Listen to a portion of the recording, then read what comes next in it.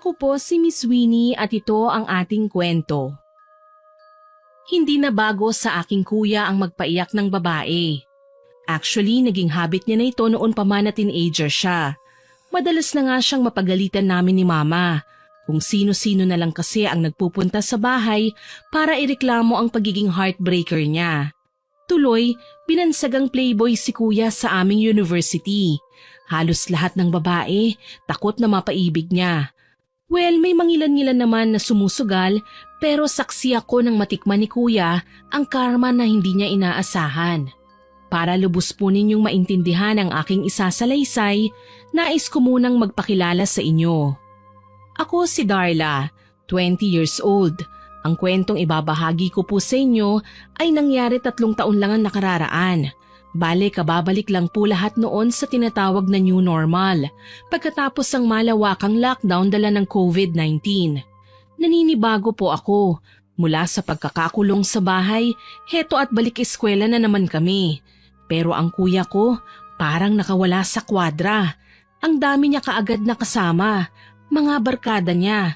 Nakikita ko sila na magkakaakbay at kanya-kanya na sa pagkukulitan. Tuloy hindi ko maiwasang mainis habang pilit na tinatago ang sarili sa isang sulok ng cafeteria. Bilin kasi ni mama, bantayan si kuya. Baka raw may paiyakin na naman siya at baka maireklamo na naman kami. Mukhang balik na naman sa pagiging gwardya ng kuya mo ah. Hay nako, sinabi mo pa. Nakakainis kaya. Alam mo yun, wala na akong kalayaan na magliwaliw sa buong eskwelahan dahil natatakot ako na may paiyakin na namang babae si kuya dito sa school.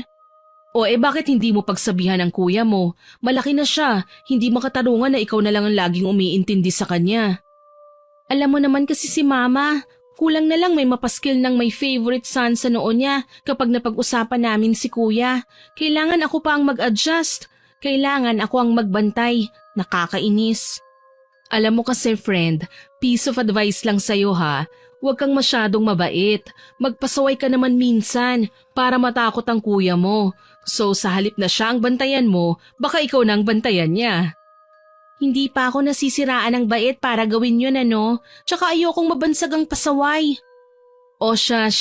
Ako naman ay nagbibigay lang sa'yo ng payong kaibigan. O paano, malapit na ang oras ng klase natin.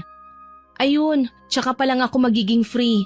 Siyempre, hindi ko naman pwedeng pabayaan ang pag-aaral ko. So paano ba yan? Halika na, for sure papasok na din sa klase niya si Janus. Wika ni Selly at sinulya pa na lamang si kuya. Naging abala ko ng mga sumunod na oras. Gayunpaman, hindi ko pinababayaan ang mga priorities ko. Kailangan kasi may mai-report ako kay mama pag uwi sa bahay. Nakagawian ko na rin ito kaya sanay na ako. Kaso lang pagsapit ng uwian, nagulat ako nang sunduin ako ni kuya sa classroom ko. Oh kuya, anong ginagawa mo rito? Sinusundo ka. Bakit, bawal ba? Hindi naman bawal. Nakakapagtaka lang, hindi ba't may klase ka pa? Wala ang prof namin eh. May binilin lang sa subject teacher. Kaya sasabay na ako sa'yo pa uwi. Nagsikuhan kami ni Selly lalo na't napapansin kong may mali. Hindi kasi ko sinusundo ni kuya unless may nais siyang takasan. Maya-maya pa, narinig ko na nga ang sigaw ng isang pamilyar na babae sa likuran namin. Si Karen. Janus, ano ba? Tatalikuran mo na lang ba ako? Nasaan ang ipinalit mo sa akin? Nasa klaseng ito ba, ha? Pwede ba, Karen? Lubayan mo ako. Lubayan? Sa tingin mo ba ganun lang yun?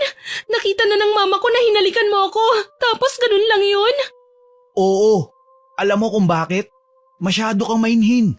Pero nagbibigay ka naman ng motibo. Ayoko ng babaeng ganun. Ang kapal naman ng mukha mong pagsabihan ako ng ganyan, porket nakuha mo na ang gusto mo. Kung makapagsalita ka, parang pagkababae mo ang kinuha ko ah. Gayong hindi naman. Tumigil ka nga, nakakaya ka. Nagulat kami nang umigkas ang kamay ni Karen sabay lagapak sa pisngi ni kuya. Suminghap din ang ilan sa mga taong nakikiusyoso pati na ang mga profesor.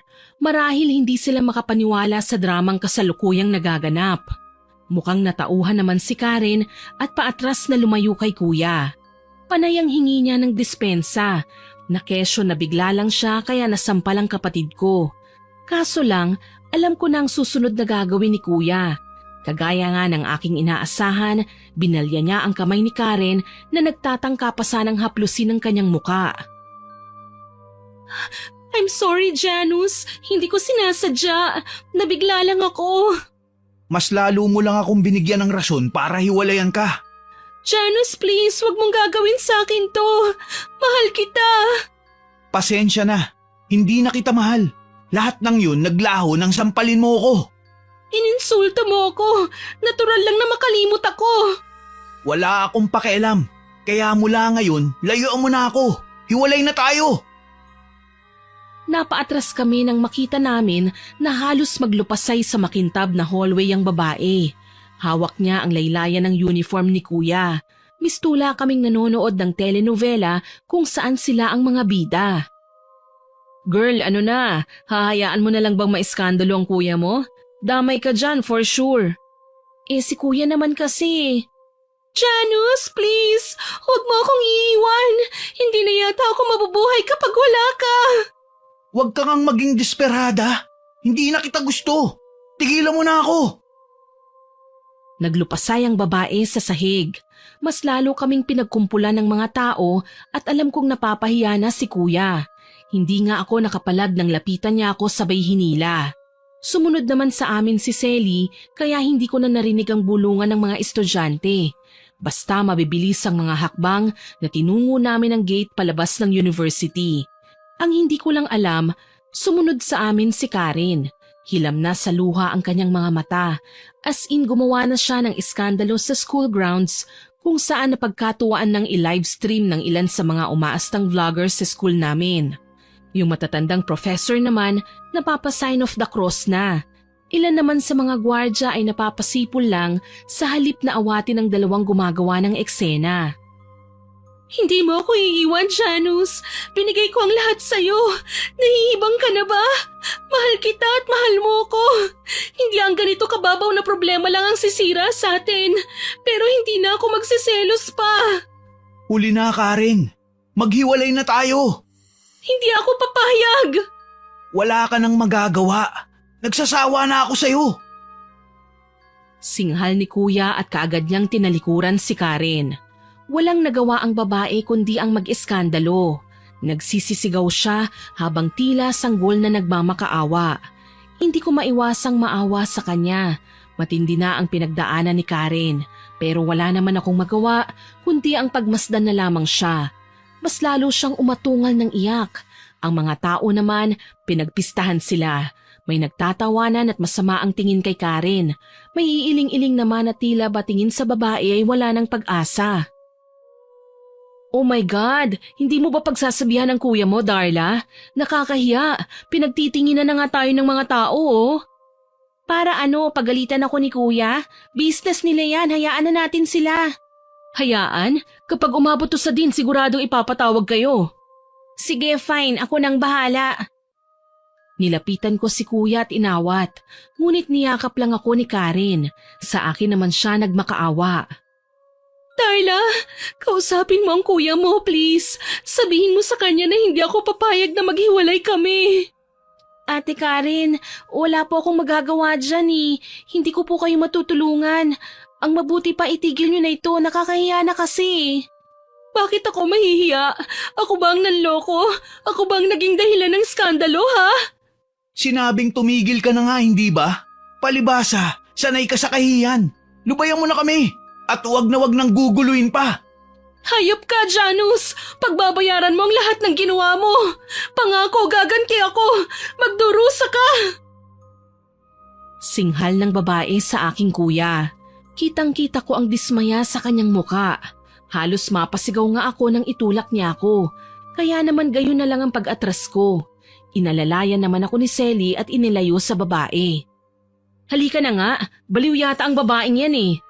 Pero si Kuya, hayaan na lang natin siya. Nakakahiya, pinagtitinginan na tayo ng mga tao, oh. Bakit ba kasi kababalik lang natin sa klase pero may inatraso na naman si Kuya? Nakakainis naman eh. Yan ang napapala ng mga taong walang ibang alam gawin kundi ang pumatol sa matatamis na salita ng mga lalaki. Alina kayo, umalis na tayo. Hindi na namin siya pinansin at sa pangunguna ni Kuya Janus umalis na kami. Mula noon, hindi na lumalapit pa sa amin si Karen. Nabalitaan namin na muntik na siyang magpakamatay. Pagkatapos ay dinala na lang siya ng kanyang pamilya sa probinsya. Napagsabihan naman ni Mama si Kuya. Nang mapag-isa kami, ako naman ang lumapit sa kanya. Kuya, bakit naman ganun? Bakit kailangan mong gawin kay Karen yun? Darla, dati na kaming may problema. Wala pa ang lockdown. Mas lumala lang nang magkita kami. Kahit na kuya, wala namang hindi nadadaan sa maayos na usapan eh. Hindi naman kailangang humantong sa pahiyaan. Alam ko, pero hindi mo kasi ako naiintindihan eh. Muntik niya na akong pikutin. Ipinaikot ko ang mga mata ko sa kanyang sinabi. Alam kong karamihan sa mga babaeng naging kasintahan niya ay kanyang pinangakuan. Kaya naman halos lahat magpapakamatay para sa kanya. Ang saklap lang ng sinapit ng iba na muntik pang sirain ang sariling buhay mapansin lang niya. Para mailayo si Kuya sa gulo ng mga babaeng humahabol sa kanya, napilitan kaming magbakasyon sa probinsya. Kinailangan naming magtago habang mainit pa ang sitwasyon. Buti na lang kasama namin si Selly, since best friend ko naman siya at magkaibigan ng mga magulang namin.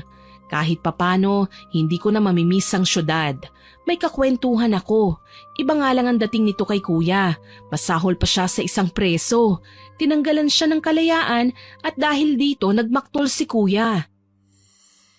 Kasalanan to ng Karen na yun eh.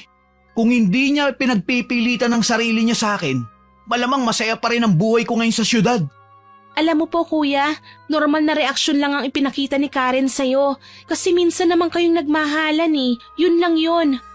Hindi pagmamahal ang nararamdaman niya para sa akin. Nagiging makasarili na siya. Nagiging silosa na eh. Nakakasakal na ang maging girlfriend siya. Kuya naman, dapat hindi ka na nag-girlfriend kung ganyan mahilig ka lang naman din magpaiyak ng babae.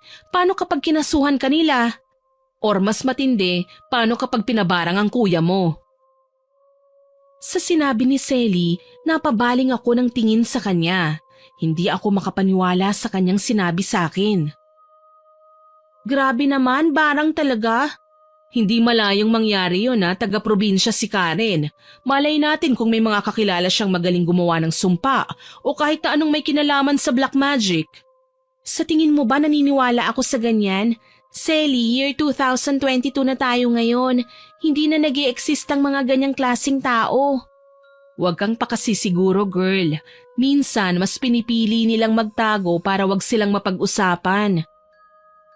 Nagkibit balikat na lamang ako sa sinabi ni Selly. Dati na talaga siyang mahilig sa mga ganyan, sa usaping kababalaghan.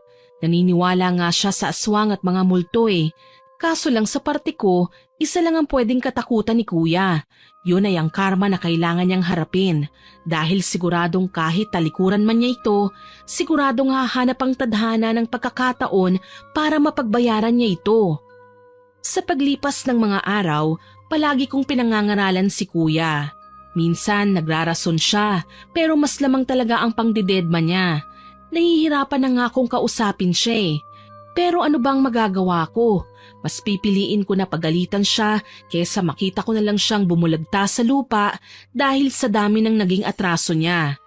Kaso lang, nagising kami isang umaga na dumadaing si Kuya. Kaya naman kaagad ko siyang dinaluhan para malaman kung ano bang nararamdaman niya. Dalhin niyo ako sa ospital. Ang sakit ng tiyan ko. Ano ba kasing kinain mo, Janus? Wala naman akong kinain. Umaga pa lang, di ba? Hindi pa nga tayo nag-aalmusal eh. O bakit namimilipit ka sa sakit, Kuya? Nag-aalala na kami sa'yo eh. Ang mabuti pa, dalhin na lang natin talaga ang kuya mo sa ospital. Baka may infection lang siya o ano. Sa huli, dinala nga namin si Kuya sa pagamutan. Inasikaso naman siya ng mga nurse sa emergency room pero nagulat kami nang makalipas pa ang ilang minutong pagsusuri, nagtatakang lumabas ang doktor. Wala silang nakitang diferensya kay Kuya. Walang sakit at walang kahit na anong sintomas na nagsasabing may iniinda siyang hindi maganda. Tuloy, hindi makapaniwalang napalingon ako sa aking kapatid. Binibiro mo lang ba kami, Kuya? Bakit ko naman gagawin yun? Aasta akong may sakit para madala ko dito sa doktor? Hindi pa ako nababaliw, Darla, no? Totoong may sakit ako. May nararamdaman akong hindi maganda sa katawan. Alam mo kuya, tigilan mo na ang pagiging isip bata, okay? Ang laki na ng damage na ginawa mo eh. Sobra na eh. Parang ikaw na ang bunso sa ating dalawa. Huwag naman ganito kuya. Nadadamay na nga ako sa kalokohan mo eh. Hindi nga kasi ako nagbibiro. Totoong masakit ang tiyan ko kanina. Singhal niya sa akin kaya napaatras ako. Lumabas din naman ang pagkamaldita ko ng mga sandaling yon kaya alam kong hindi niya nagustuhan ang mga sinabi ko. Dala ng labis na pagtatampo, tinalikuran ko si kuya. Iniwan ko siya kasama ni Selly. Dahil sa umaatikabong galit sa puso ko, nagawa ko pang umuwi ng mag-isa sa bahay at nagkulong sa kwarto. Ilang sandali pa, dumating din naman sina Selly at kuya. Hinanap ako kagad ng aking kaibigan. Grabe ka ha, iniwan mo talaga kami sa ospital? Pasensya na Selly, hindi ko kasi kayang harapin ng kuya ko eh. Alam mo yon, parang naghahanap lang siya ng atensyon. Bakit kailangan niyang gawin to? Napapansin nga siya ng mga tao sa nakakahiyapang paraan. Parang bumabalik lang sa akin ang kahihiyang ginawa niya sa school nung magkumprontahan sila ni Karen. Hayaan mo na, baka hindi pa niya nare-realize sa mga bagay-bagay. Anong hindi pa niya nare-realize? Baka nakakalimutan mo, matanda na siya, no? Galit kong wika. Muli, naisip kong kausapin si kuya, kaya bumangon ako sa pagkakahiga sa kama at pinuntahan siya sa kwarto niya. Walang paalam na akong pumasok at dito ko siya naabutan sa nakakahindik na itsura. Sumusuka siya ng dugo. Napasigaw ako at nandiri nang makitang may halo ang malapot at malansang dugo sa kanyang paanan. Nangihina ko siyang nilapitan. Ayaw mo kasing maniwala sa akin, Darla. Sinabi ko naman sa'yo, may nararamdaman nga ako masakit. Hindi ko lang alam kung saan banda sa tiyan ko ang hinahalukay. Diyos ko, kailangan ka naming dalhin ulit sa ospital, kuya. Hala, anong nangyari? Kailangan natin siyang ibalik sa mga doktor, Selly. Natataranta kong sigaw. Ilang sandali pa, sakay ulit kami ng sasakyan pabalik sa pagamutan. Sa totoo lang, mas nakakapagod ang bumiyahe ng walang pahinga kesa sa ganito dahil may kalayuan pa naman ang ospital sa aming lugar.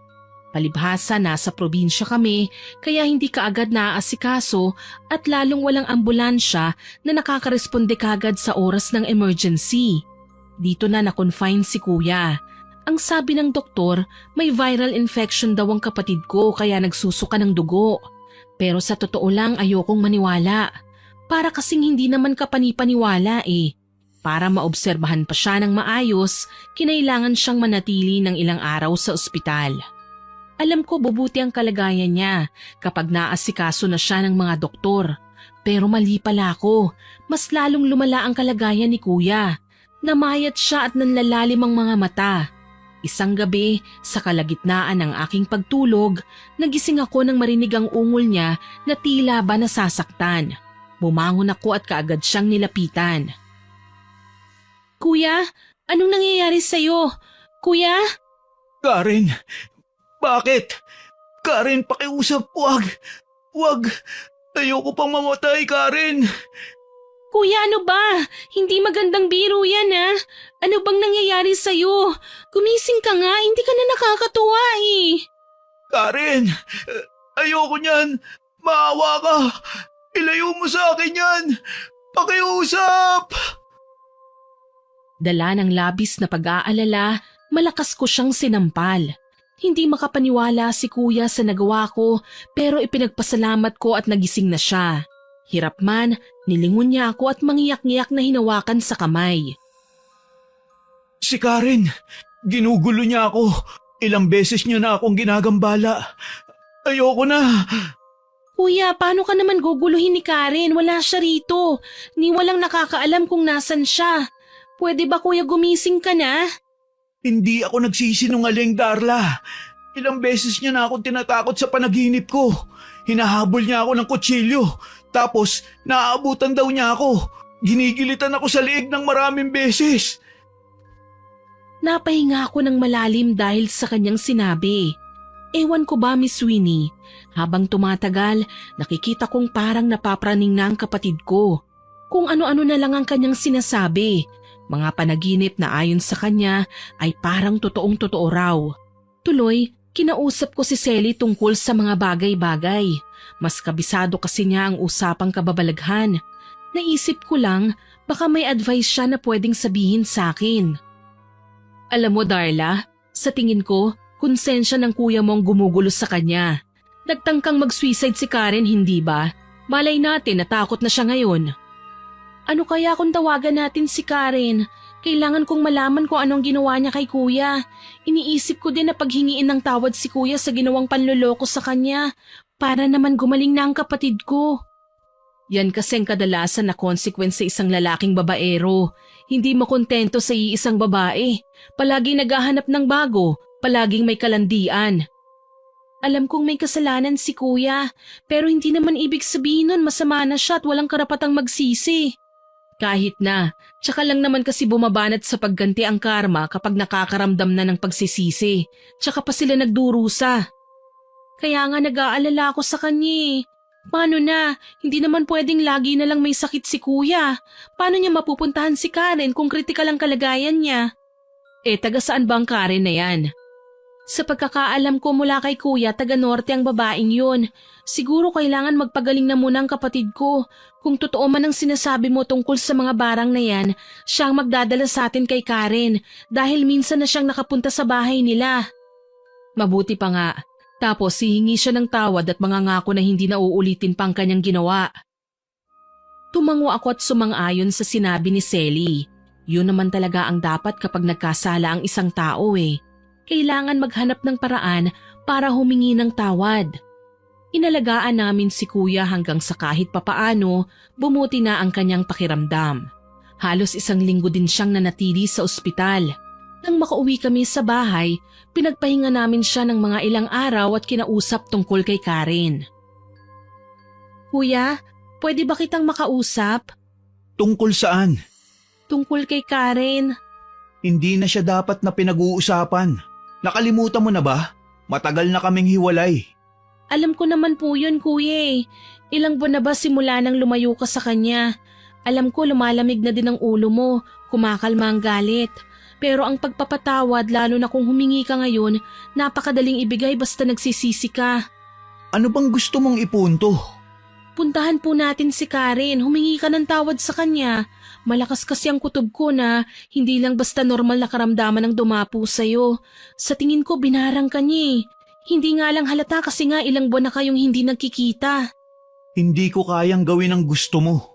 Baka bigyan na naman niya ng mali siya ang paglapit ko sa kanya. Baka isipin niya, ako na naman ang may kailangan sa kanya. Kuya, pwede bang ibaba mo muna ang pride mo kahit ilang sandali lang? Hindi kasi magandang tignan na nagmamalaki ka pa kahit mahina ka na at ikaw rin naman ang may kasalanan. Hindi mo naman kasi ko naiintindihan eh. Kuya, hihingi lang po tayo ng tawad sa nagawa mo kay Karen. Yun lang yun. Pagkatapos lalayo na tayo. Hindi na natin siya guguluhin ulit. Pangako. Sigurado ka ba dyan? Kailan ba naman ako nagsinungaling, kuya? Tsaka hindi na tayo mahihirapan na magbiyahe. Sanay si Selly na mag-drive ng malayo kaya wag kang mag-alala. Yon ang sinabi ko kay kuya para wag na siyang tumanggi pa. Makalipas nga ang 3 araw, bumabiyahe na kami papunta sa probinsya ni Karen. Si Kuya Janus mismo ang naging guide namin papunta doon. Sobrang layo na pala nila Karen sa kalsada. Mula kasi sa highway, kailangan pa naming maglakad ng halos 2 oras paakyat ng bundok para lang makarating sa bahay nila.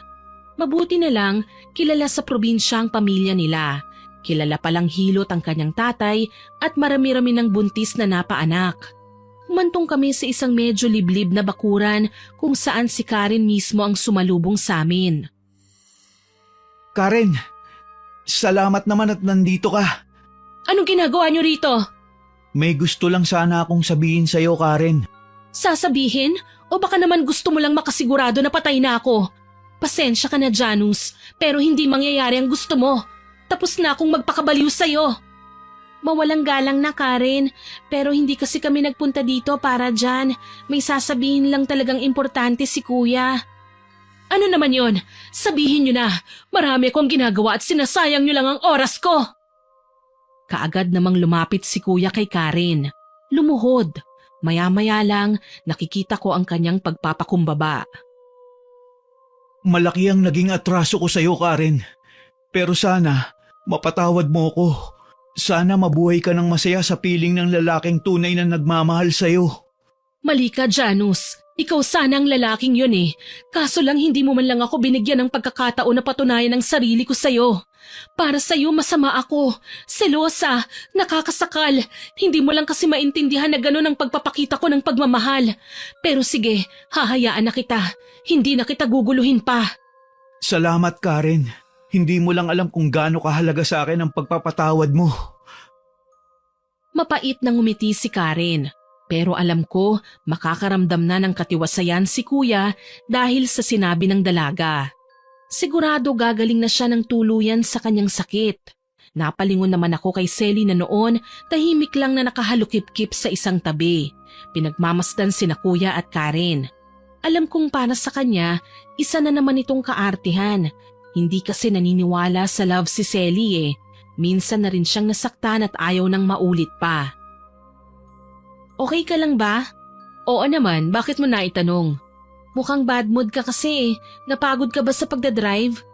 Hindi naman. Naaartehan lang ako sa kanilang dalawa. Papasok sa isang relasyon tapos iiyak at mag-iiskandalo kapag nasasaktan. Ang masaklap pa doon, damay tayong lahat sa kagagahan nila. Sinabi mo pa. Kaya nga ako ayoko nang pumasok sa relasyon eh. Baka mamaya hindi lang ganito ang makita ko. Tumalikod ako at nagpunta na lang sa isang tabi. Sumunod si Selly sa akin. Hinayaan na muna namin na mag-usap ang dalawang dating magsing-irog. Ilang sandali pa, nakita namin na palapit na si Karen sa amin. Ang kuya ko naman, pinapasok nila sa bahay. Naghahanda pala ng merienda ang nanay ni Karen. Gusto kaming pakainin bago umalis. Nauna nang naglakad si Selly papunta sa bahay. Ako naman, sinabayan ni Karen sa paglalakad. Darla, pwede ba kitang makausap?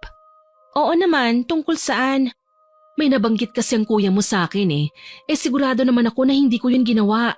Sinabi niya kasi, kaya siya nagpunta dito at humingi ng tawad dahil binarang ko raw siya na nagkasakit siya ng malubha.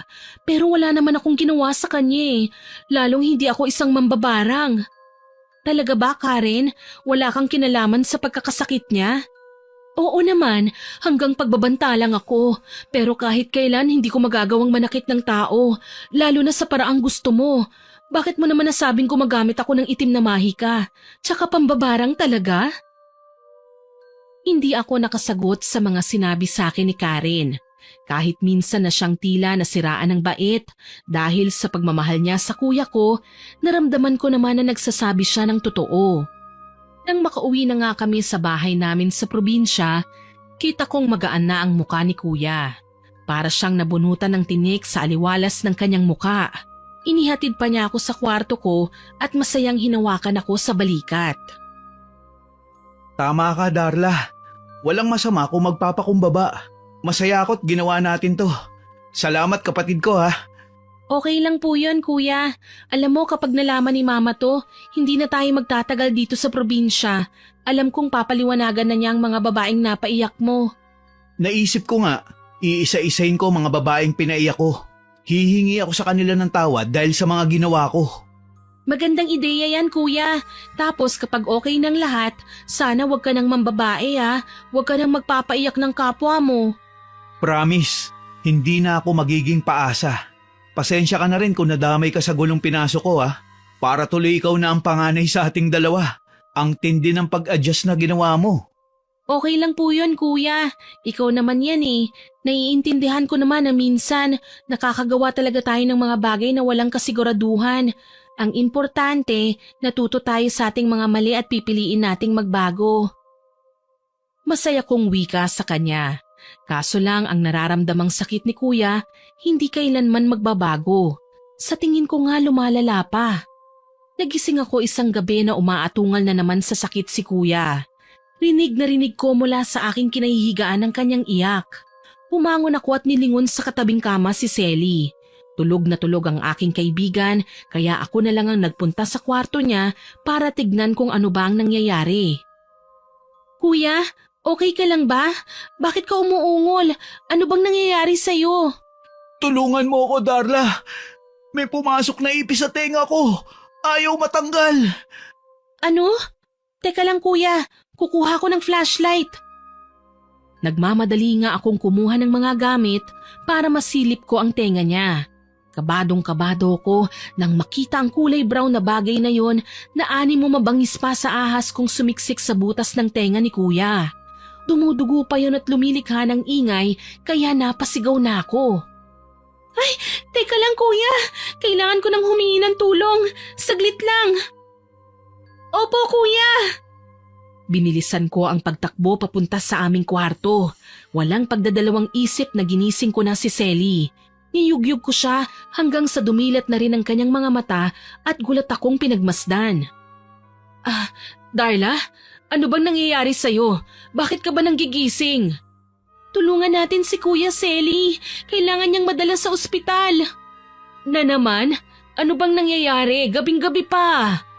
May pumasok daw kasing insekto sa tenga ni Kuya eh. Hindi ko matanggal eh. Paano naman kasi matatanggal natataranta ka? Halika na nga, ako nang titingin dyan. Magkasama nga kaming nagpunta ni Selly sa kwarto ni Kuya. Balak niyang hugutin ang ipis na sumiksik sa tenga, kaso pagdating namin doon, nagulat ako.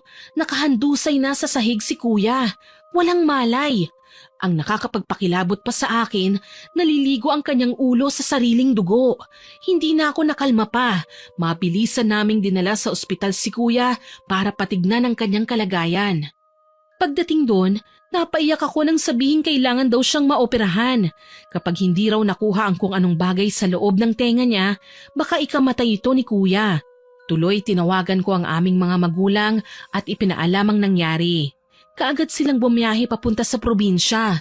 Kami naman ni Selly, matyagang binabantayan si Kuya sa ospital. Grabe naman yata ang ipis na pumasok sa tenga niya. Hindi ko rin alam kung paano nangyari yun eh. Biglaan lang talaga. Hay nako, natapos na nga ang problema ng kuya mo sa pambababae niya. Ngayon naman nagkakasakit siya. Grabe talaga maningil ang karma, no? Palibhasa, kasalanan din naman niya ito eh. Kung naging mabait lang sana siya, baka masigla at malusog siya ngayon. Bakit ka ba nagsasalita ng ganyan kay Kuya Selly? Para namang ikaw ang pinaiyak niya. Naisip ko lang naman, ang sama ng kuya mo sa mga babae eh. Tapos ngayon konting sakit umiiyak na. Deserve niya yan ano? Hindi ko nagustuhan ang tabas ng dila ni Selly ng mga sandaling yon. Para kasing nag-iiba ang pakikitungo niya kay kuya. Parang may mali. Hindi ko naman siya talaga makontra dahil alam kong may kasalanan din naman si kuya. Ang hindi ko lang maintindihan, bakit ngayon pa siya nagsalita ng ganun? Buti na lang, dumating na sina mama at papa.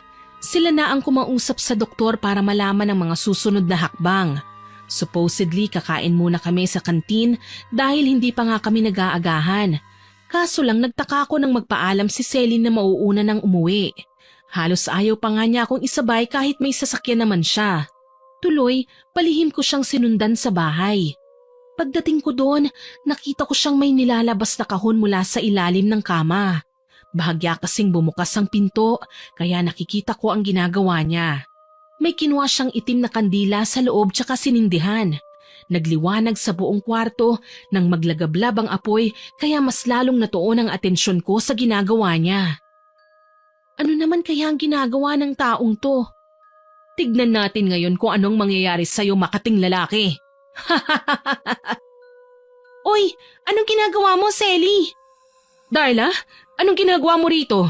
Bakit hindi ka kumatok? Ano? Hello, Selly, bakit naman ako kakatok? Kwarto ko ito, no? Pasensya na. O, teka, bakit mo nililigpit yan? Patingin naman. Biglang sumama ang tingin ni Selly sa akin. Nagmamadali niyang pinatay ang kandila, tsaka pinasok ulit sa kahon.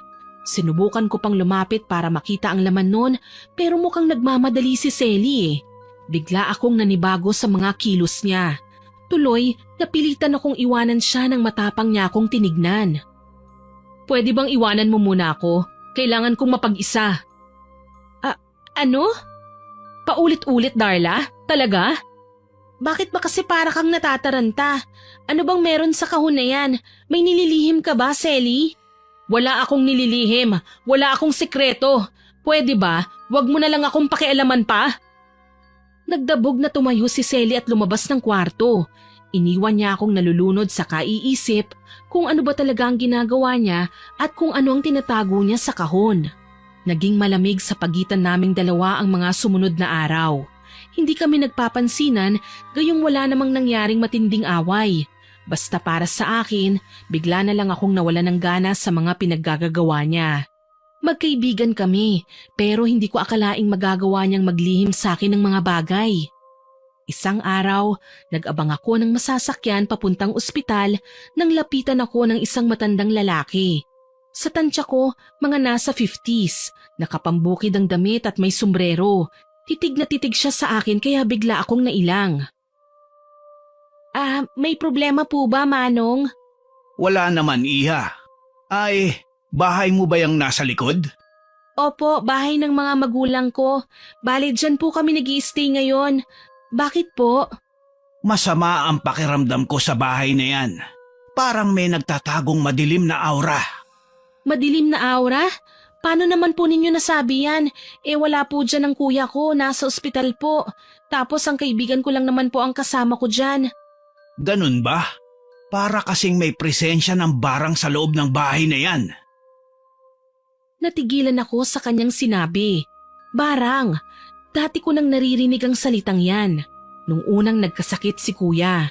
Kaso lang, paano ko mapapatunayan ang tungkol sa bagay na yun? Gayong hindi ko naman kabisado ang mga gawain ng pambabarang. Napakamot ako sa ulo at muling tumingala sa harapan ng bahay. Wala sa loob si Selly. Nagpaalam siya sa mga magulang ko kagabi na uuwi na muna, kaya ako lang mag-isa ang tatao mamayang gabi. Hindi pa kami nagpapansinan simula nang nagtalo kami tungkol sa walang paalam kong pagpasok sa sarili kong kwarto. Gayunpaman, naging interesado ko sa sinabi ni Manong. Ako nga pala si Mang Roy, Iha. Isa akong albularyo. Ikaw, ano ang pangalan mo? Ako naman po si Darla. Kung hindi mo mamasamain, Iha, pwede ko bang tawasin ang bahay mo? Kailangan kong malaman kung tama ba ang hinala ko. Safe po ba yan? First time ko lang po kasi marinig ang tungkol sa pagtatawas eh. Ano po bang eksaktong ginagawa nyo? Tawas. Parang inaalam ang nakaraan. Makikita ko naman kung ano nangyari sa bahay na yan. Mabigat talaga kasi ang pakiramdam ko sa lugar. Sige po, walang problema. Pero magkano po palang bayad? Hindi ako naniningil ng bayad, Iha. Kusang loob ko tong ginagawa. Tumango ako sa sinabi ni Mang Roy. Tama naman siya. Ngayon ang tamang pagkakataon para tawasin ang bahay. Wala si Selly. Walang hahadlang sa amin. Kaya naman tinawagan ko na lang muna ang aking mga magulang.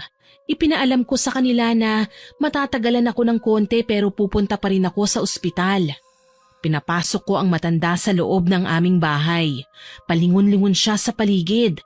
Ilang sandali pa, natigilan siya. Tinumbok niya ang kwarto namin ni Selly. Dito nanggagaling ang itim na aura.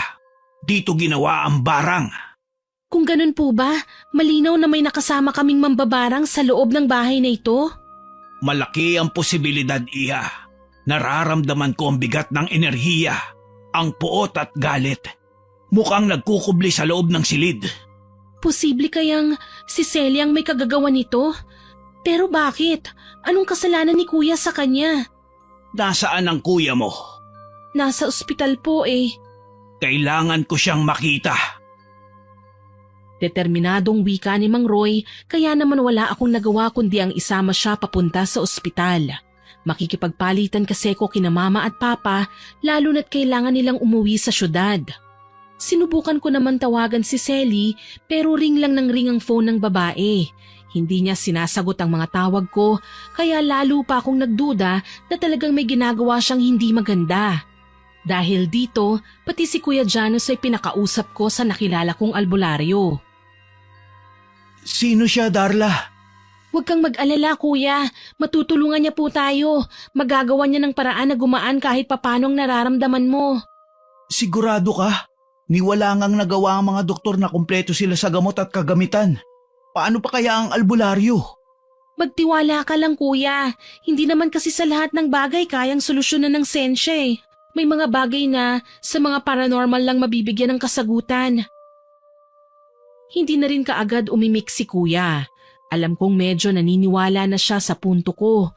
Kailangan lang naming makumbinsi ang aking mga magulang na patignan sa albularyo ang kuya ko. Umaasa kasi ko na mapapagaling siya ni Mang Roy. Naawa na kasi ko sa kanyang sitwasyon eh. Nasa ospital nga siya pero namamayat naman ng husto. Maputla na at nakadextrose. Nangangalumata at medyo namamaga ang left side ng kanyang muka. Inoperahan na siya noong isang araw pero hindi pa rin siya pwedeng umuwi lalo na't may mga komplikasyon pang nakita sa loob ng kanyang katawan. Sige, magtitiwala ako sa kanya. Kailangan ko lang na makausap si Mang Roy. Walang problema kuya, hahayaan ko kayong mag-usap. Pero kailangan ko munang pakinggan ang mga sasabihin niya sa akin. May tiwala ako sa'yo, Darla. Alam kong gagawin mo ang lahat. Gumaling lang ako. Opo naman kuya, gagawin ko rin ang lahat. Malaman ko lang kung sinong may pakananang pambabarang sayo. Mahina akong wika sa kanya. Hindi ko sinabi na may ideya na ako tungkol sa sinabi ni Mang Roy na may kinalaman si Selly sa lahat ng ito. Lumapit ako kay Mang Roy at nakipag-usap. Manikang itim, iha. Yun ang kailangan mong hanapin. Sa manikang itim na kabaon ng buhok ng kuya mo, isinumpa siya ng mambabarang dahil sa kanyang pagiging babaero. Kailangan mong makuha ang manika bago pa mahuli ang lahat. Gagawin ko po, Mang Roy. Bago nga po pala ang lahat, gusto kong magpasalamat sa inyo. Tinulungan niyo ako kahit hindi niyo ako kakilala. Huwag mo nang isipin yun, Darla. Ginagawa ko mga bagay na ito dahil dito ako masaya. Ang makatulong sa kapwa. Gagawin ko po ang sinabi niyo. Hindi po ako papayag na hindi makuha ang manikang itim na dahilan ng pagkakasakit ni kuya. Sambit ko sa kanya. Makalipas ang ilan pang mga instruksyon, umuwi na ako sa bahay. Una kong hinalungkat ang kwarto namin ni Selly. Hinanap ko ang pamilyar na itsura ng kahon na nagmamadaling itago ni Selly noong minsang mahuli ko siya. Baka naman dinala niya na ang kahon nung umalis siya, so kailangan ko siyang sundan sa bahay niya sa syudad. Kailangan kong makuha ang manika. Taimtim kong wika. Tuloy, napilitan akong tawagan ng aking mga magulang. Ipinaliwanag na may mga kailangan akong kunin sa bahay namin sa syudad, kaya pumayag silang magbayad na muna ng nurse na mag-aalaga sandali kay kuya. Nariyan din naman si Mang Roy na magbabantay din kaya ayos lang. Kayo na po munang bahala sa kuya ko, Mang Roy. Kailangan kong sundan ang kaibigan ko sa bahay niya. Malakas ang kutob ko na nasa kanyang itim na manikang hinahanap natin. Kailangan mong mag-ingat, iha. Mukhang hindi lang basta mambabarang ang babaeng kakaharapin mo. Sa tingin ko, isa siya sa mga babaeng may itim na gilagid o yung mahilig mag-iwan ng sumpa. Kailangan iwasan mong magawaran niya. Pero paano ko po gagawin yun, Mang Roy? Alam naman natin na hindi basta-basta napapansin ang ginawad na sumpa. Hindi ko yun maririnig. Hindi iepekto ang sumpa hanggat hindi niya ito naibabato sa'yo. Kailangan mo lang na mag-ingat. Huwag mong hahayaang marinig ang mga sasabihin niya. Pwede kang maapektuhan oras na marinig mo ang sumpa. Tatandaan ko po, Mang Roy. Maraming salamat po. Ako naman ay gagawa ng pansamantalang langis na makakapagpawi sa kalagayan ng kuya mo. Oo nga pala, bago ko makalimutan, dalhin mo to. Asin? Hindi lang yan basta asin, Darla. Yan ay benditadong asin. Oras na lapitan ka ng mambabarang para saktan, pwede mo yang isaboy sa kanya. Makikita mo ang pwedeng epekto ng asin na yan sa mukha niya kapag napaso siya. Aniya kaya tumango ako at ngumiti sa kanya. Nagpaalam na rin ako kay kuya. Alam ko naman na hindi siya mag-aalala sa akin lalo na't wala akong kahit na anong sinabi sa kanya. Ilang sandali pa, bumabiyahe na ako pauwi sa syudad. Una kong pinuntahan ang bahay ni Selly. Sa bakuran pa lang, alam ko na kagad na walang tao. Nakasara ang mga gate maging ang pinto. Nasaan naman kaya si Selly? Kailangan ko siyang makausap eh. Hindi pwede ang ganito na para kaming nag-iiwasan. Pero kung papasok naman ako sa bahay niya nang wala siyang kaalam-alam, siguradong marami akong matutuklasan na matagal na niyang tinatago. Mariin kong wika sa aking sarili. Tuloy gumapang ako mula sa likod bahay papunta sa pinakaunang pinto na pwede kong mapasukan. Swerte naman na bukas ang pintuan doon kaya hindi na ako nag-aksaya pa ng panahon. Kaagad akong pumasok. Tumambad sa aking harapan ang napaka-weirdong kagamitan ni Selly. Nagulat pa ako dahil akala ko wala siya sa loob, pero naroon pala siya. Abala sa pagsisindi ng mga itim na kandila, gayong maliwanag naman at maaliwalas ang loob ng bahay niya. Nakita ko nang inilabas niya ang larawan ni Kuya at dinasalan, kaya dito na nag-init ang ulo ko. Kung ganon, ikaw pala ang salarin. Ikaw ang nambarang kay Kuya. Darla, kaibigan ko. Hindi ko in-expect na pupunta ka rito. Ah, talaga? Kasi malaya kang sirain ng kuya ko sa mga nalalaman mong itim na mahika? Nakakatuwa ka talaga. Akala ko ba hindi ka naniniwala sa barang, na kahit kailan wala nang kagaya ko na nag-i-exist dito sa mundo. Ganun ba? Oo, hindi ako dapat na naniniwala. Pero sa pinakita mo ngayon, mukhang kailangan kitang pigilan at ang kasamaan mo sa pananakit ng mga tao. Humalakhak si Selly at makapanindig balahibong tinitigan ako. Alam kong sinusubukan niya akong sindakin, pero hindi ako natatakot sa kanya. Mas takot akong makuha niya ang buhay ng kuya ko. Yun ang hindi ko mapapayagan. Best friend naman, binibigyan ko na ng pabor ang kuya mo. Kapag namatay siya, hindi na siya hahabulin pa ng mga babaeng pinaasa niya. Ano bang nasa isip mo? Bakit kailangan nating humantong sa ganito? Hindi naman ikaw ang niloko ni kuya. Hindi naman ikaw ang sinaktan. Oo, hindi nga ako. Pero naaalala ko sa katauhan niya ang lalaking minsan nang sumira sa puso ko. Ang babaw mo naman, Selly. Ilang beses ko bang sasabihin sa'yo, hindi naman yun si kuya. Magkaiba sila ng ex mo. Wala akong pakialam. Ang mahalaga lang sa akin ngayon ay makaganti sa lahat ng kabaro niya. Pwes hindi ko mapapayagan ng bagay na yan. Singhal ko sa kanya. Marahas ko siyang nilapitan at pinaghihila ang lahat ng mga gamit niyang nakakalat sa paligid. Binasag ko ang mga garapon na may mga lamang insekto, pinunit ang libreta at binasa ang mga telang may nakasulat na mga sumpa. Pinagpuputol ko ang mga nakasinding kandila kaya mistulang binagyo ang buong silid. Hindi siya makapaniwala na magagawa ko yon, pero kailangan kong maging matapang eh.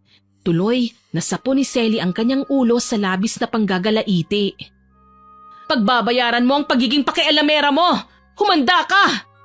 Hindi ako natatakot sa iyo, Selly. Kahit nagbagong anyo ka pa bilang isang demonyo, lalabanan pa rin kita. Talaga ba? Sige, kung talagang matapang ka, pwede tayong magkasubukan. Nagmamadali kong isinaboy sa kanya ang asin na ibinigay sa akin ni Mang Roy. Paunti-unti lang naman na hinahagis ko sa kanya, pero kita ko kagad ang epekto ng pagkakapaso niya. Gayon na lang ang pagsigaw ni Selly. Ah! Anong klaseng asin yan? Nakakapaso! Ano ka ngayon? Halika dito! Ikaw naman ang humarap sa parusa ko! Marahas kong hinila si Selly papunta sa isang sulok at iginapos. Hindi ko na pinansin pa ang bawat sigaw niya dahil nagmamadali ko nang hinanap ang itim na manika. Hinalughog ko ang lahat ng gamit niya sa loob. Wala akong pakialam kahit sigaw pa siya ng sigaw. Ni hindi ko na nga pinansin pa ang pagpupumiglas niya dahil sa tuwing nagtatangka siyang kumawala ay bigla ko naman siyang nasasabuyan ng asin. Ano ba, Darla? Pakawalan mo ako rito! Hindi mo ako dapat na ikinukulong! Anong hindi? Deserve mo yan, uy! Dapat lang sa'yo yan, manatili ka dyan! Kapag ako nakawala sa pagkakagapos ko rito, talagang iiyak ka sa ganti ko. Ang tanong, makakawala ka pa ba dyan? Muling naging bayolente si Selly at sinubukan na tanggalin ang sarili niyang gapos. Kaso nga lang, alam ko naman na mahihirapan siya lalo na't sinigurado kong mahigpit ang pagkakatali ko sa kanya. Hindi siya makakaalis hanggat hindi ako ang nagpapalaya sa kanya. Lumipat ako sa itaas para mahanap ang manika. Iniwan ko si Selly dahil mas mahalaga na makuha ko ang talagang kailangan ko rito. Kaso lang, hindi ko naisip na magkakaroon pa pala ng pagkakataon si Selly na gawaran ako ng sumpa. Nagulat na lang ako nang basta na lang akong bumagsak nang maramdaman ko ang matinding pananakit ng tiyan. Galit kong nilingon si Selly. Anong ginawa mo sa akin? Bakit? Ano bang nararamdaman mo? May masakit? Ha? Hayop kang mambabarang ka! Pinagsisihan ko nang naging kaibigan kita! Aba, wag ka namang ganyan. Hindi kita magiging kaibigan kung hindi dahil sa paglapit-lapit mo sa akin, hindi ba? Sira ka ba? Broken-hearted ka nun. Nilapitan kita kasi naaawa ko sa'yo. Tapos ito pang igaganti mo sa inalok kong pakikipagkaibigan sa'yo? Tumahimik ka! Hindi ako nakakaawa! Wala ka nang magagawa dahil ganun ka na talaga! Nagulat ako nang sumigaw siya sa pagkakasabi ko sa kanya ng mga katagang yun. Walang kahirap-hirap niyang natanggal ang gapos sa kanyang mga kamay. Masakit ba, Darla? Sayang, akala ko pa naman magiging kaibigan kita habang buhay. Kaso lang, ikaw pa pala ang unang susuway sa mga gusto ko. Hindi tama ang ginagawa mo. Masama ka. Ano naman ngayon kung masama ako? Bakit? Mabait ba ang kuya mo? Ang mga kagaya niya? Hindi ka Diyos para parusahan siya. Wala akong pakialam. Napasigaw ako nang basta na lang akong lapitan ni Selly at sinabunutan. Sinigurado niya na mahahawakan niya talaga ang may kahabaan kong buhok. Nagpumiglas ako at sinipa naman siya sa tiyan. Natumba si Selly at napaigik sa sakit kaya nagmamadali naman akong bumangon. Kaagad ko siyang dinaganan at sinakal. Talagang nakahanda akong patayin ka, traidor ka! Hindi kita mapapatawad! Lahat gagawin ko makaganti lang sa'yo! Ikaw ang hayop! Wala kang utang na loob! Ilang beses kitang pinagtanggol at niligtas! Ito pa ang igaganti mo sa akin? Magbabayad ka! Nagsabunutan kami ni Selly at hindi ako nagpatalo. Ginamit ko ang lahat ng aking lakas para magawa siyang labanan. Hindi ko rin siya hinahayaang makapagsalita ng mga katagang may halong sumpa sa takot na baka umusal na naman siya ng kung anong laban sa akin. Basta tinatagan ko na lang ang loob ko para magawa kong ilayo ang sarili ko sa kanya. Mabuti na lang may natanaw akong flower vase sa isang tabi. Walang habas na pinukpok ko yon sa kanyang noo kaya nawalan siya kaagad ng malay. Muli, iginapos ko siya at sinigurado na hindi na makakawala pa. Dali-dali akong nagpunta sa kanyang kwarto. Hindi ako makapaniwala nang makitang hindi lang si kuyang binarang niya. Marami pang iba. Nanginginig na kinuha ko ang itim na manika na nasa loob ng isang hugis parehabang kahon. May nakasulat na pangalan ni kuya sa bandang dibdib nito kaya nakakasigurado kung sa kanya nga yun. Kaagad akong umalis ng bahay nang makuha ko ang aking kailangan. Sininghalan pa ako ni Selly pero hindi ko na siya pinatulan pa. Pakawalan mo ako, hayop ka! Hay naku, Selly, kahit umiyak ka pa ng dugo, hindi ka na makakaalis pa dyan. Habang buhay ka nang makukulong. Paalam sa'yo! At nagmamadali ko na siyang tinalikuran. Mabilis akong bumalik sa aming tinutuluyan sa probinsya. Sigurado naman ako na hindi na babalik pa si Selly sa amin. Takot lang niyang makuyog ng mga taong galit sa mga kagaya niya. Ilang oras din akong bumiyahe hanggang sa makarating ako ng ospital. Patakbo kong tinungo ang kwarto ni kuya. Naabutan ko siyang natutulog habang si Mang Roy naman nakabantay lang sa aking kapatid. Mang Roy, nakuha ko na! Paano si Selly? Huwag kayong mag-alala, hindi na siya makakawala sa kinaroroonan niya ngayon. Maayos siyang nakagapos sa bahay niya. Huwag kang pakasisiguro, iha. May kamandag ang kanyang bibig. Kaya niyang pakawalan ng sarili niya. Alam ko naman po yun, pero heto lang ang mahalagang kinuha ko, ang manika.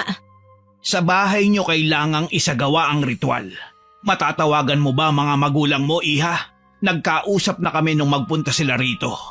Sinabi ko sa kanila ang tunay na kalagayan ni Janus at naniniwala naman sila sa akin. Kailangan lang nating ilabas sa ospital ang kuya mo. Gagawin ko po, Mang Roy. Kaagad ko ngang ginawa ang pakiusap ni Mang Roy. Kinausap ko sina mama at papa kaya nagpunta din sa ospital at kinausap ang doktor.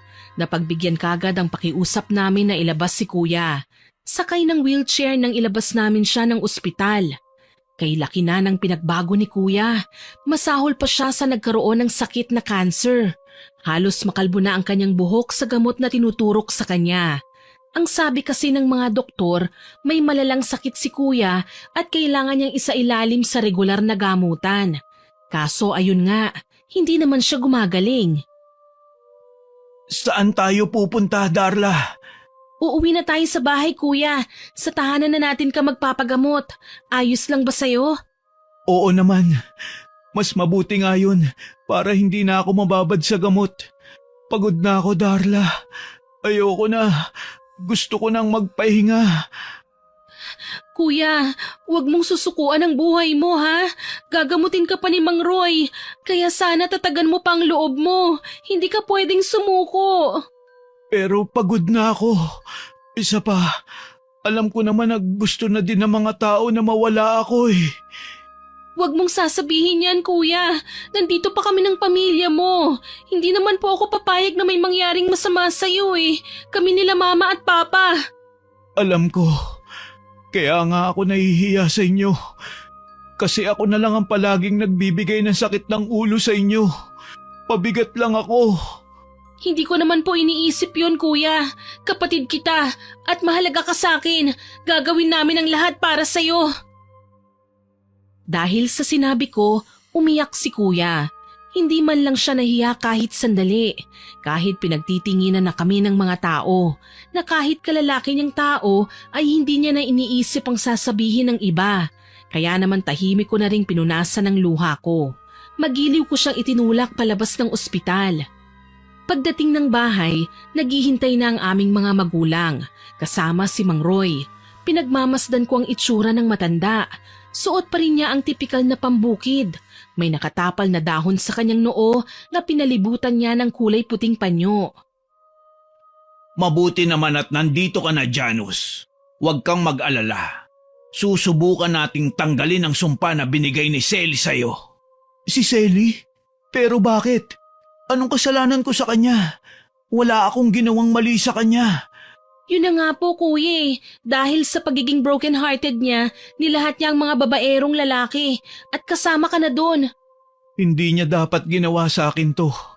Dapat kung sinong may kasalanan sa kanya, yun ang ginantihan niya. Nabulag si Selly sa nadarama niyang galit, kuya. Para sa kanya, lahat ng kasalanan ng dati niyang boyfriend, kasalanan na ng lahat ng lalaking nagpaiyak sa mga babae. Napayuko si kuya sa aking sinabi. Inalalayan namin siya pahiga sa kama. Si Mang Roy naman, sinimulan na ang pag-aayos ng kanyang mga gamit. Habang ginagawa yon, hindi ko mapigilang mapalingon sa may bintana. Parang may nakasilip mula sa labas eh. Tila ba naghahanap ng mapapasukan. Nagpaalam ako kina mama na isasara ko lang ng maayos ang pinto. Pumayag naman siya. Kaagad akong tumungo sa sala, sa kusina, pati nasa likod bahay. Dito na ako nataranta nang makitang nasa labas si Selly, magulo ang buhok, tila hindi na natutulog, maraming kalmot sa katawan at nawawala na sa sarili. Ibalik mo sa akin ang manika! Bakit ko naman gagawin yun? Hindi pa ako nasisiraan ng bait, Selly! Hindi yun sa'yo! Wala akong pakialam! Umalis ka na! Tumawa lang si Selly dahil sa aking sinabi. Naalarma pa ako nang matanaw siyang dumampot ng bato at binato ang aming bintana. Nabasag ang salamin kaya napaatras ako. Kinuha ko ang kutsilyo at nanggigigil na sinamaan siya ng tingin. Umalis ka na kung ayaw mong tumawag ako ng pulis! Talaga? Pulis lang bang pangontra mo sa akin? Oo, dahil naniniwala ako na magagawa pa rin ng Panginoon na tanggalin ng mga masasamang tao kagaya mo. Oo, aamin ako. Naging kampon ako ng dilim. Pero dahil yon sa mga kagaya ng kuya mo. At hindi ako makakapayag na dumami pa ang lahi ng mga taong kagaya niya. Napasigaw ako nang magawa nga niyang makapasok sa loob ng bahay namin. Tila siya baliw na inatake ako at sinabunutan. Wala akong nagawa kundi ang magsisisigaw at humingi ng tulong. Mabuti na lang natulungan ako kagad nila mama at papa. Inawat nila si Selly at iginapos sa isang tabi. Mas lalo pang ginanahan na magwala ang babae. Sa tingin niyo ba mababawi niyo pa ang barang na binigay ko sa kuya mo? Mamamatay siya! Hindi na siya kailanman maibabalik pa sa dati! Walang yakang babae ka! Walang kasalanan si kuya! Papatayin ko ang lahat ng mga babaero! Isinusumpa ko sila! Huwag kang masyadong makampante, Selly. Hindi ka magtatagumpay sa mga gagawin mo. Ako ang pipigil sa'yo. Natahimik ako nang makita kong naglabas ng langis si Mang Roy at ipinahid niya sa noo ni Selly. Gayon na lang ang pagsigaw ng babae. Para siyang napapaso. Gayon pa man, wala siyang magagawa kundi ang magpumiglas.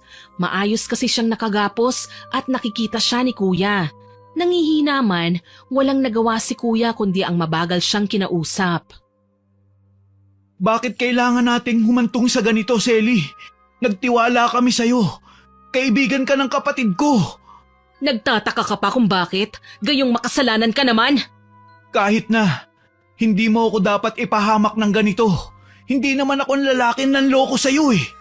Wala akong pakialam. Ang mahalaga lang sa'kin, huwag ka nang mabuhay pa. Nagulat ako nang sampalin siya ni Mama. Galit siyang kinumpronta. Sa dami ng magagandang bagay na nagawa namin kay Selly, alam kong nanlulumo din siya sa kanyang mga natuklasan. Sino ba naman ang magiging masaya kung malamang binarang ng pinagkatiwalaang tao ang kanyang anak? Malamang wala namang gustong mangyari yun. Tumabi ako at inayos ang nagulo kong buhok. Sa mga oras na yon, nilubayan na ni Mang Roy si Selly. Si kuya naman ang hinarap niya. Gamit ang manika, dinasalan niya ito at pinahid sa katawan ni kuya. Nagulat ako nang makitang dahan-dahang nagbago ang kulay ng balat ng manika, nawawala na ang pagiging itim nito. Para bang hinuhugasan nito ang sumpa na nakababad doon. Napansin ko din na bumubuti ang kalagayan ni kuya. Nawawala na ang panaka-naka niyang daing na alam kong nararamdaman niya dahil sa pamamaga ng iba't ibang parte ng kanyang katawan. Kuya, ano nang nararamdaman mo? Ayos ka lang ba? Masakit ang buong katawan ko, Darla. Para na akong mamamatay. Kuya, huwag kang magsalita ng ganyan. Magtiwala tayo sa Panginoon. Magdasal tayo, kuya. Pangako, kapag gumaling na ako, hindi ko nagugustuhin pang magpaiyak ng babae. Magbabago na ako. Hindi na ako magiging sakit sa ulo. Huwag kang mag-alala, kuya. Susuportahan ko ang gagawin mo. Magiging okay din ang lahat. Maawa ka sa mga magulang natin. Alam kong sobra na silang nalulungkot dahil sa mga nangyayari sa'yo. Umiyak si kuya dahil alam kong tila nawawala na siya ng pag-asa. Nakikita naman kasi namin na medyo nahihirapan na si Mang Roy sa kanyang ginagawa. Tagaktak na ang pawis niya sa buong muka. Para bang ipinaalam na ng katawan niya na matinding enerhiya ang kailangan niyang ilabas para malinis ang manika at matanggal ang karamdamang inilagay ni Selly sa kapatid ko. Ilang sandali pa, nakita ko nang ibinabad ni Mang Roy ang manika sa planggana na may lamang tubig at asin. Dito nakita ko ang naglabasang insekto. Sa tenga, ilong at bibig. Nandiri ako, kahit ba sabihin pa nating laruan lang naman yun. Yun kasi ang klase ng laruan na ginagamit sa pagpatay ng tao. Ano pong nangyayari, Mang Roy? Dahan-dahan ang lumalabas sa mga insektong nakabaon sa manika. Yan din ang nagpapahirap sa kuya mo, Darla. Oras na maubos na ang mga yan. Asahan mong gagaling na ang kuya mo. At si Selly naman ang maghihirap. Tulong! May gumagalaw sa loob ng katawan ko. Ayoko na pakiusap. Hindi ko na talaga kaya. Kuya, please relax ka lang. Alam ko pong masakit pero kailangan mong lakasan ang loob mo. Huwag kang mag-alala, iyo. Kaunti na lang. Mawawala na din ang sakit. Magtiwala ka. Ipikit mo ang iyong mga mata. Indahin mo na muna. Alam kong kailangan mong pagdaanan ng lahat ng ito dahil masyado nang matagal nang nakabaon sa katawan mo ang mga insekto. Diyos ko, tulungan mo po ako. Kailangan pang mabuhay ng kuya ko. Ilayo niyo po siya sa kapahamakan. Mahal na mahal namin si kuya. Huwag niyo po siyang hayaang mawala. Darla, iha. Silipin mo nga ang manika. Sige po, Mang Roy. Ginawa ko nga ang inuutos sa akin ni Mang Roy. Sinilip ko ang manika sa planggana. Nagulat ako dahil nagkulay brown ng tubig at naging malinis na ang manika. Parang binabad sa klorin dahil nawala ng pagkaitim niya. Lumutang din ang mga insekto. May ipis, alupihan at bulate. Hindi ako makapaniwala sa mga nakita ko. Literal na lumabas sa mga bagay na dahilan ng pagkakasakit ni Kuya. Napaantanda ako at nandidiring lumayo sa planggana. Lumapit naman dun si Mang Roy at dinampot ang manika. Hinayaan niya itong tumulo at pinunasan ng puting tela mula sa mga dala niya. Tahimik lang akong nanonood. Nasindak ako nang mapansing kahit basa ang manika, may naglalabasang pangbuhangin sa katawan nito. Para bang nalulusaw ang manika na parang hindi. Diyos ko, bakit may buhangin pa sa manika? Kaya naman pala nahihirapan ang kuya mo. Nakalublog din sa dagat ang manikang ito. Mabigat ang dala niyang karamdaman na kahit anong gamot pa mula sa ospital ang iturok, hindi siya kailanman gagaling. Sa halip, mamamatay pa siya ng madalian. Grabe na talaga ang kasamaan ni Selly. Hayaan mo na. Lilipat din naman ang sumpa sa kanya, lalo na't sa kanya galing ang manika. Paliwanag sa akin ni Mang Roy. Ipinakita nga niya ang mangyayari. Piniga niya ang kamay ng manika at gayon na lang ang sigaw ni Selly. Umuungol ang babae sa sakit, kaya naman napatingin ako sa kanya. Pinili kong tanggalin ang emosyon ko sa muka at matapang ko siyang tinignan. Masakit ba, Selly? Bakit niyo ibinalik ang sumpa sa akin? Nasaktan lang ako! Gumanti lang ako! Wala naman sana akong pakialam kung gumanti ka eh, pero sinira mo ang tiwala ko, Selly. Kinaibigan kita. Anong ginawa mo? Sinaktan mo ang kuya ko. Kahit na, akin ang manikang yan. Kung hindi mo yan kinuha, baka marami pa akong babaerong napatay ngayon.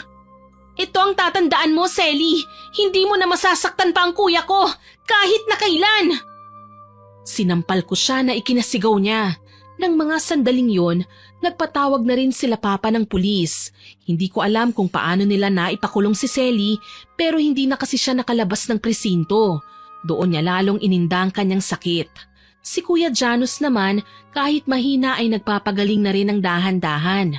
Araw-araw naman siyang dinadalaw ng albularyo. Alam kong hindi pagagaling kaagad si Janus. Pero unti-unti namang magiging maayos ang kanyang pakiramdam. Kalaunan, babalik na din siya sa dati. Malaking bagay po itong ginawa niyo sa amin, Mang Roy. Maraming salamat po sa lahat ng tulong niyo. Kasiyahan kong makatulong, Iha. Alam mo kasi, may ipagtatapat ako sa'yo. Ano po yun? Matagal ko nang kilala si Selly. Ang mga magulang niya ay dating mambabarang sa probinsya namin. Nagawa ko lang silang talunin, kaya nagpalipat-lipat sila ng lugar. Hindi ko na nga alam kung ano na nangyari sa kanila at si Selly na lang ang nakikita ko. Gayunpaman, ginamit niya pa rin ang kahusayan niya sa pambabarang para pumatay ng tao. At tawag ito ng konsensya sa puso ko na kailangan ko siyang pigilan. Tumango ako sa kanyang sinabi. Baka lang kasi hindi naging maganda ang kapalaran ni Selly kaya siya naligaw ng landas. Baka kailangan ko siyang intindihin. Tuloy, napilitan akong dalawin siya sa kulungan. Ayaw niya akong kausapin. Kung hindi siya nagwawala, tumatanggi siyang lumapit sa akin kaya napilitan akong umalis. Ayon sa abogado niya, magagawa niyang ilabas si Selly sa kulungan dahil sa kondisyon nito. Ilang araw pa ang nakalipas, nalaman kong na-confine sa ospital si Selly. Mahina na ang katawan niya. Alam kong may kinalaman ito sa sumpa na binigay niya noon kay kuya. Kasabay kasi ng kanyang panghihina ay ang paggaling naman ng kapatid ko. Dadalaw ako kay Selly, kuya. Sasama ka ba? Oo, Darla. Gusto ko rin siya makausap. Gusto ko, magkapatawaran na kami para naman maayos na ang lahat. Gusto ko man magalit sa kanya. Alam kong nabulag lang siya sa matinding galit at sakit. Dapat siyang iniintindi. Maraming salamat po, kuya. Kahit papano magiging masaya si Selly dahil alam niyang mapapatawad mo na siya. Yun naman talaga ang dapat, hindi ba?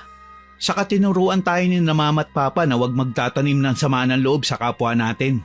Lalo na kapag alam nating wala na silang kalaban-laban. Tama. Nang araw na yon, dinalaw namin si Selly. Sa isang pampublikong ospital siya na confine. May nakakabit na swero sa kanyang palapulsuhan. Maputla at mahina na siya. Kung gaano kamiserable ang itsura ni kuya noong nagkasakit siya, mas matindi ang sinapit ni Selly. Kay bilis niyang naging butot balat. Halos hindi na rin siya makapagsalita, pero ng mga sandaling yun, nakipag-usap sa amin si Selly. Puso sa puso. Patawarin mo ako sa nagawa ko, Janus. Alam kong mali yun, pero nagpabulag ako sa galit. Nakalimutan ko na pamilya na ang itinuring niyo sa akin.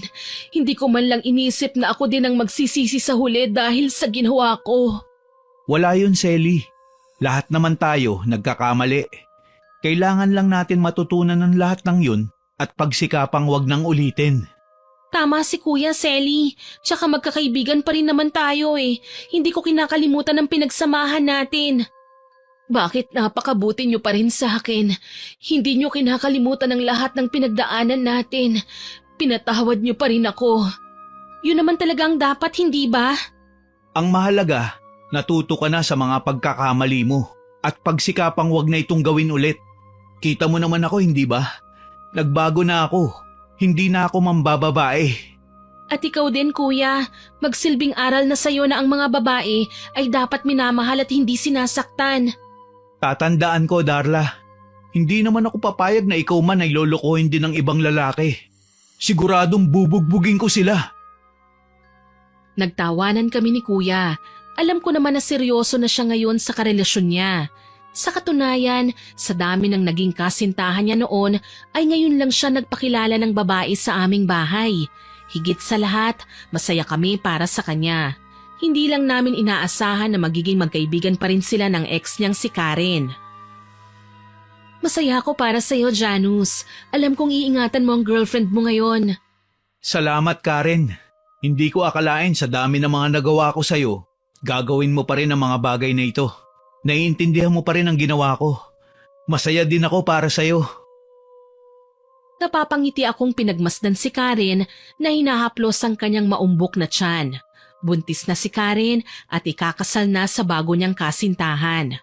Bumisita siya sa amin para imbitahan kami sa nalalapit nilang pag-iisang dibdib. Walang kasing saya ang mga nangyari sa mga buhay namin. Alam kong sa paglipas ng mga araw, patuloy din kaming matututo at hindi na kami makakalimot. Totoo ang karma. Ito ang consequence ng lahat ng gagawin natin, mabuti man o masama. Kaya bago tayo mag-isip ng mga gagawin, kailangan nating tignan ang mabuting bunga ng bawat desisyon natin sa buhay. Tiyakin na walang maaapektuhan lalo na sa ating mga pamilya. Oo nga pala, ninong at ninang kayo ng magiging anak namin ha. Huwag kayong makakalimot. Pwede ba yon? Alam naman namin kung saan kayo nakatira. Gusto mo nga sumama na kami ngayon sa inyo eh. Tama, kami na magkakatay sa gagawing lechon. Wala namang problema doon. Ang tanong, nakahanda na bang mga regalo nyo? Hay nako, oras na para maging galante ka, kuya. At malulutong na tawanan ang pinakawalan namin habang nag-uusap. Sa ngayon may asawa na po si Kuya Miss Winnie. Ako naman malapit nang makapagtapos at kasalukuyan ding masaya sa boyfriend ko. Pinayagan ako ng mga magulang ko na makipagnobyo, lalo na't mabait naman ang lalaki at mapagkakatiwalaan. Si Selly ay namatay noong kasagsagan ng bagyong Odette. Alam kong hindi lamig at takot mula sa malakas na bagyo ang kinamatay niya, kundi ang lumalala niyang sakit na hindi na naagapan pa. Malungkot na ipinahayag sa amin ni Mang Roy na ganun daw talaga ang consequence na kahaharapin ng isang mambabarang. Gayunpaman, hindi namin siya pinabayaan. Binigyan namin siya ng maayos na libing at regular naming dinadalaw sa sementeryo. Siya ang isang halimbawa ng pangyayaring hindi naman masama ang magsisi sa masamang gawain, basta nanaising magbago at wag nang uulitin pang magkamali. Hanggang dito na lamang po. More power po sa inyong channel at God bless. Sana po ay nagustuhan niyo ang aking ibinahaging kwento. Pero bago ko po tapusin ito, hindi ito makukumpleto ng walang shoutout.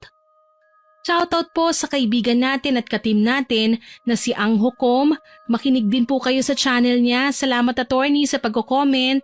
Kay Early Joy Fernandez, kay Cristal Tabilon, Makmak at Dennis Tabilon, kay Asiang Alarcon at Ligaya Alarcon from Qatar. Salamat po sa pakikinig nyo. Kay Bads Esteban, kay Mary General Rhea Batiduan, kay Sir Franklin Valdez, kay Jenilyn Jacobe, kay Jenny Ann Canciller, kay Angel Villa, kay Elinjoy Reanzares na magbe-birthday po ngayong September 8 at kay Jenilyn Peralta na magbe-birthday naman po ngayong September 16. Advance happy birthday po sa inyo. Shoutout din po kay Chloe Abalos, kay Raniela Escarda.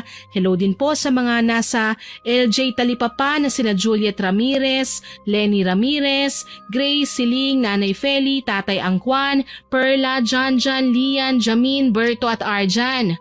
Kay Michelle Alejandro na nag-comment po sa ginahasang kapitbahay upload, ang sabi niya, "Hay nako Cindy, walang puwang ang awa sa mga hayok sa laman. Ayan tuloy." Nako, salamat po sa pagko-comment ma'am. Kay Kimberly at Kirben Espanyola, kay Francisco Neng at kay Jeremy Saranillo Francisco, kay Aaron John Fernandez, kay Sweet Corn, kay Elizabeth Dunca from Pampanga, kay Sir Ernesto Esparza, kay Maria Tess Nape, kay Irene Romasasa at kay Joselito de la Peña, kay Joan Hore at kay Shirley Lanohan, sa anak po ni Sir Roberto Crimen na si Apple, hello sa'yo, kay Eden Parducho na lagi pong masipag na mag-comment sa upload natin, thanks po ma'am, kay Ma'am Zenaida Hubert, hello din po sa Besueña family, kay Josephine Marcaida, kay Irene Benavides, kay Glenna Lagdon, kay Irene Bangoy at kay Jessa Borja. Salamat po sa inyong lahat na nag-comment at nakinig. Abangan niyo po sana mga susunod ko pang upload. Huwag din po ninyong kalimutang mag-subscribe, like, share and comment sa mga upload natin. At para po mabilis niyong makita kung may bago tayong upload, pindutin niyo lang po ang notification bell. Aasahan ko pa rin po ang inyong suporta. Muli, ako po si Miss Winnie na nagpapasalamat sa inyong pakikinig.